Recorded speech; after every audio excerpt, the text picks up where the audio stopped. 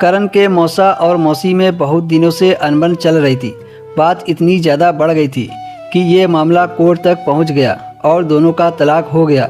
तलाक होने के बाद मौसी अपने मायके नहीं जा सकती थी क्योंकि उनके ससुराल में कोई नहीं था। उनके मम्मी पापा की मृत्यु हो गई थी और एक भाई थे जो कि दूसरे शहर में काम के सिलसिले से रहते थे। अब करण की मौसी के लिए एक ही सहारा था, वह था करण का घर। हालांकि करण भी यही चाहता था कि उसकी मौसी उसी के घर पर आकर रहे क्योंकि उसकी मौसी बहुत ही सुंदर थी। उसकी एक लड़की थी जो 3 साल की थी। मौसी की शादी को सिर्फ 4 साल हुए थे और वह अभी भी एकदम जवान थी। उसकी खूबसूरती को देखकर कोई भी शादी करने को राजी हो जाए। फिलहाल करण की मौसी करण के साथ घर पर रहने लगी। करण की माँ को अपनी बहन से कोई शिकायत नहीं थी और उसने पहले ही बोल दिया था कि वह भी काम करके आपके साथ हाथ बटाएगी। मौसी ने एक पास के स्कूल में पढ़ाना शुरू कर दिया।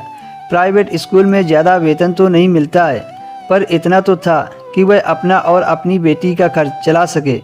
एक दिन की बात है, करण के मम्मी पापा गांव में किसी की शादी में गए थे और वह करीब 1 सप्ताह बाद आने वाले थे।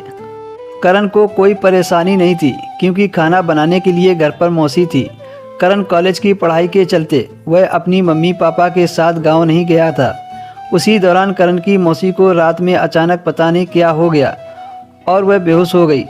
करण ने मौसी को गोद में उठाया और उनके कमरे में बेड पर लिटा दिया।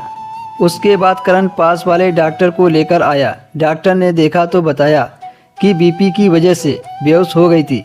डॉक्टर ने कुछ दवाइयाँ दी और चले गए। कुछ देर के बाद मौसी को होश आ गया तो उन्होंने देखा कि मैं बेड पर कैसे आई। इस पर करण ने कहा, मौसी मैंने आपको गोद में उठाकर बेड पर बिठाया है।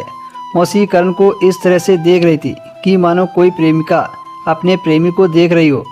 इस अंदाज से करण को मौसी के प्रति कुछ कुछ होने लगा और उसकी नज़र मौसी के कसे हुए शरीर पर चली गई। उसी दिन से करण अपनी मौसी के बारे में गलत काम करने के बारे में सोचने लगा। एक दिन रात का समय था, करण अपने कमरे में जा रहा था, तभी उधर से मौसी आ रही थी।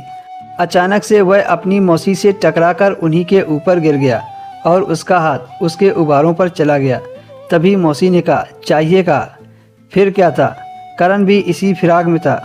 उस रात करण ने मौसी को रात भर नहीं सोने दिया।